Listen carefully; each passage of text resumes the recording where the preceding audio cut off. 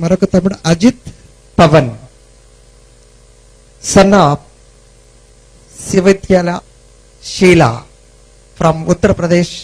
परमेश्वर के प्रिय लोगों, आप सभी को प्रभु यीशु मसीह के महापवित्र नाम में मेरी ओर से हृदय से नमस्कार। प्रिय लोगों, आज मैं आपके समक्ष बहुत ही महत्वपूर्ण एवं गंभीर विषय के ऊपर विवरण करने जा रहा हूं। आज का मेरा मुख्य विषय है युगांत कब होगा, अर्थात विश्व विनाश कब होगा। मुख्य विषय एक बार फिर, युगांत कब होगा अर्थात विश्व विनाश कब होगा। प्रिय लोगों, इस विषय को आपके समक्ष लाने का मुख्य कारण यह है कि आज हमारे समाज में प्रतिष्ठित एवं विश्वास योग्य समझे जाने वाले लोग, जिसमें मुख्य रूप से पत्रकार एवं वैज्ञानिक लोग सम्मिलित हैं, ये लोग युगांत के संदर्भ में अपने मनोनुसार भिन्न भिन्न तरह के भिन्न भिन्न प्रकार के बेबुनियादी एवं असत्य बयानों को देकर आज जनसाधारण में भय उत्पन्न कर रहे हैं, जनसाधारण में अफवाहें फैला रहे हैं। प्रिय लोगों, इतना ही नहीं बल्कि ज्योतिषी जनक कहे जाने वाले नॉस्ट्राडामस ने 21 दिसंबर 2012 को युगांत हो जाएगा एक डेट फिक्स कर दी, जिसे ये न्यूज मीडिया बार बार बढ़ा चढ़ाकर न्यूज के तौर पर बताकर लोगों में दहशत उत्पन्न कर रही है, लोगों को भयभीत कर रही है। क्या इस न्यूज मीडिया को पता है कि ऐसे युगांत से संबंधित खबरों को सुनकर कितने लोगों ने आत्महत्या कर ली, कितने लोग दहशत से मर गए, कितने लोग आज भी गंभीर हैं। प्रिय लोगों, जैसा कि ये न्यूज मीडिया कह रही है, जैसा कि नॉस्ट्राडामस ने कहा 21 दिसंबर 2012 को युगांत हो जाएगा, क्या वे इसे प्रूव कर सकते हैं? क्या इसे प्रूव करने के लिए उनके पास ठोस आधार हैं? नहीं प्रिय लोगों, और हो भी नहीं सकते। कैसे? कुछ उदाहरण देकर के अपने विषय में आगे की ओर बढ़ना चाहूंगा। प्रिय लोगों, सेल फोन, अगर एक सेल फोन खराब होने पर हम डॉक्टर के पास लेकर के जाएं कि डॉक्टर साहब इसे ठीक कर दो, तो क्या डॉक्टर उसे ठीक कर सकता है? जरा सोचिए प्रिय लोगों। इसी तरह से अगर हम किसी मेडिसिन की एक्सपायरी जानने के लिए अगर टीवी रिपेयर सेंटर के पास लेकर के जाएं, तो क्या वे उसकी एक्सपायरी बता सकते? नहीं प्रिय लोगों। ठीक इसी तरह से इस संपूर्ण विश्व को महाविश्व का युगांत बताने के लिए, महाविश्व की एक्सपायरी बताने के लिए अगर आप ये नॉस्ट्राडामस बताए, तो ये कहां तक सत्य प्रिय लोगों? अगर इस विश्व का अंत बताना है, इस विश्व की एक्सपायरी बतानी है, तो एकमात्र सर्वशक्तिमान पिता परमेश्वर ही बता सकता है। क्यों? क्योंकि वह इसका क्रिएटर है, वह इस यूनिवर्स का क्रिएटर है।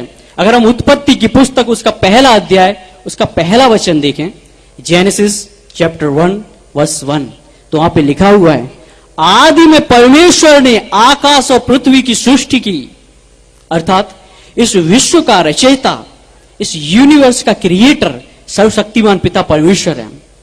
अगर इस विश्व के अंत के विषय में, इस विश्व की एक्सपायरी के विषय में बताना है, तो एकमात्र सर्वशक्तिमान पिता परमेश्वर ही बता सकता है, ना कि ये बुद्धिहीन मनुष्य नॉस्ट्राडामस।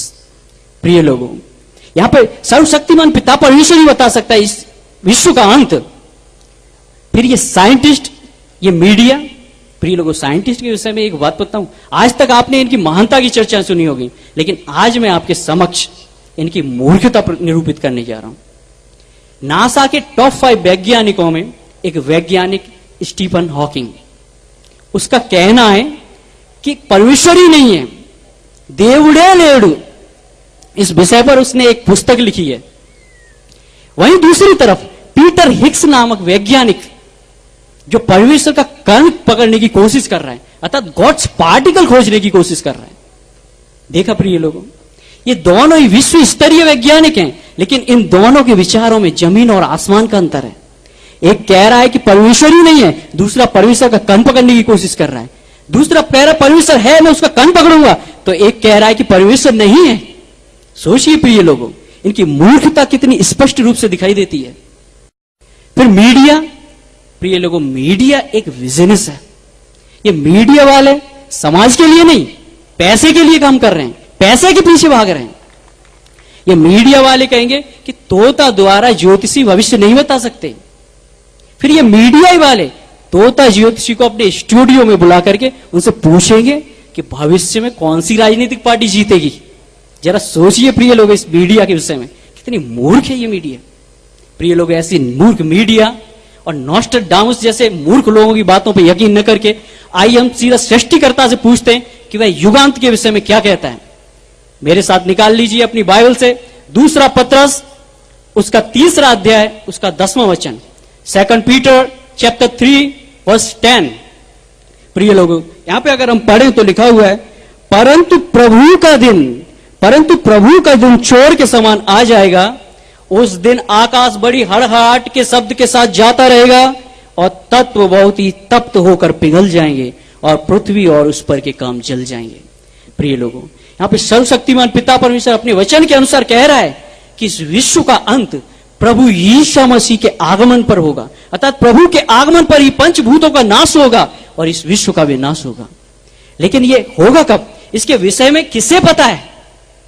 इसे जानने के लिए मेरे साथ खोल लीजिए मत्ती रचित सुसमाचार उसका 24वां अध्याय उसका 36वां पद, मैथ्यू चैप्टर 24 वर्स 36। प्रिय लोगों, अगर हम इस वचन को पढ़ें तो यहां पे लिखा हुआ है, उस दिन और उस घड़ी के विषय में कोई नहीं जानता। अर्थात उस दिन और उस घड़ी के विषय में कोई नहीं जानता, न स्वर्ग के दूत न पुत्र परंतु केवल पिता। प्रिय लोगों, इस वचन में, इस संदर्भ में प्रभु यीशु मसीह जो परमेश्वर की दाहिनी ओर विराजमान है, वह स्वयं कह रहा है कि उस दिन और उस घड़ी के विषय में कोई नहीं जानता, अर्थात वह स्वयं भी नहीं जानता। तो फिर इस मीडिया और नॉस्ट्राडामस के द्वारा यह कहना कि 21 दिसंबर 2012 को युगांत हो जाएगा, कितनी बड़ी मूर्खता है। प्रिय लोगों, जरा सोचिए कितनी मूर्खता का काम कर रहे हैं ये लोग। प्रिय लोगों, 21 दिसंबर 2012 को युगांत हो जाएगा, ऐसा कहना इस मीडिया और नॉस्ट्राडामस द्वारा कितनी बड़ी मूर्खता है, जरा सोचिए। प्रिय लोगों, अगर हम इसे देखें प्रेतों का काम उसका पहला अध्याय उसका 7वां वचन, तो वहां पे लिखा हुआ है कि समय और कालों को जानना जिन्हें पिता ने अपने अधिकार में रखा है, तुम्हारा काम नहीं। प्रिय लोगों, यहां पे परमेश्वर पिता का वचन कह रहा है कि समयों को जानना और कालों को जानना मनुष्य का काम नहीं, अर्थात मनुष्य नहीं जान सकता भविष्य के विषय में, मनुष्य समय के विषय में नहीं जान सकता।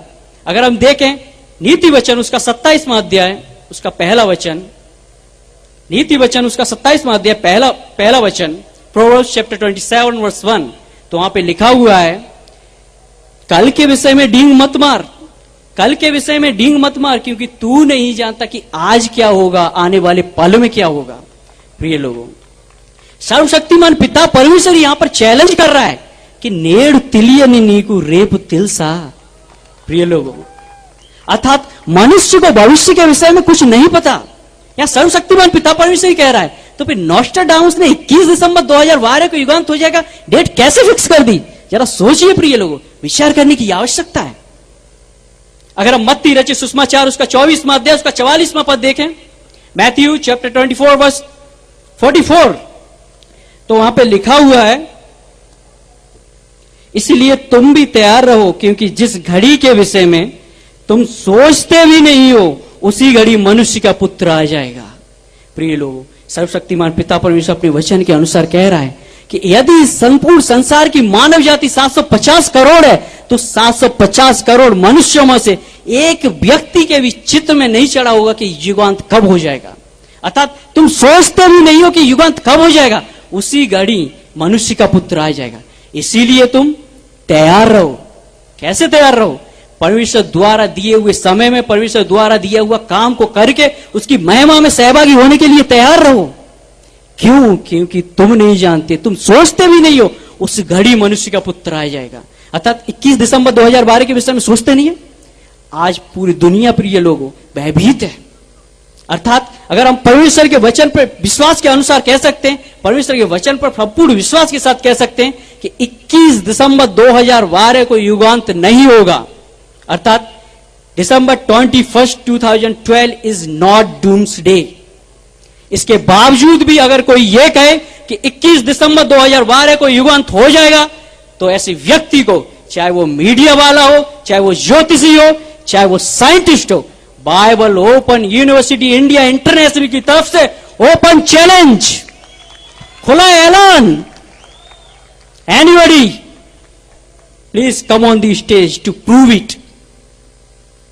कोई नहीं आएगा, ఎవరు రారు నాకు తెలుసు बाइबल ओपन यूनिवर्सिटी अंटे भयम एक बार को तू आने की सोचेगा भी तेरे पसीने छूट जाएंगे एक बार को तू आने की सोचेगा भी तेरे पैरों तले जमीन खिसक जाएगी खबरदार जागृता प्रिय लोगों ये युगांत कब होगा पता है अगर हम इसे मत्ती रचित सुसमाचार उसका 24वां अध्याय आखिरी रेफरेंस दिखा के समाप्त करना चाहूंगा मत्ती रचित सुसमाचार उसका 24वां अध्याय उसका 14वां पद पढ़ें तो वहां पे लिखा हुआ है और राज्य का यह सुसमाचार सारे जगत में प्रचार किया जाएगा कि सब जातियों पर गवाही हो तब अंत आ जाएगा प्रिय लोगों युगांत के विषय में मसीह यीशु के आगमन के विषय में मसीह यीशु का आगमन आज के संपूर्ण मसीहों द्वारा अपनी कमर कसकर इस संपूर्ण जगत में सुसमाचार प्रचार करने पर निर्भर करता है अर्थात मसीहों द्वारा परमेश्वर द्वारा दिए हुए कार्य को पूरा करने पर निर्भर करता है ना कि ये नॉनसेंस मीडिया और नॉस्ट्रेडामस जैसे लोगों की बकवास करने पर प्रिय लोगों आप ऐसे लोगों की बातों से भयभीत न होइए बल्कि वचन रूपी तलवार से ऐसे लोगों के असत्य बातों का खंडन कीजिए और परमेश्वर की संतान होने का फर्ज पूरा कीजिए अंत में एक बात कह करके समाप्त करना चाहूंगा प्रिय लोगों आप सभी वचन से भरपूर हुइए Bible open university India international से संपर्क कीजिए नहीं तो अपने बच्चों को residential Bible open university India में ज्वाइन कराइए वहां पे 5 साल के कोर्स में आपके बच्चे को परमेश्वर के एक महायोद्धा के रूप में तैयार किया जाएगा ताकि वो ऐसे लोगों के मुंह को बंद कर सके अगर हर एक वचन के विरोधी का मुंह बंद कर सके इतना ही नहीं प्रिय लोगों हिंदी इंग्लिश हिब्रू और तेलुगु जैसी अन्य तमाम भाषाओं में वहां पे परमेश्वरी ज्ञान से उसे संपूर्ण किया जाएगा इसी के साथ ही मेरे विषय को समाप्त करना चाहूंगा आप सभी के लिए नमस्कार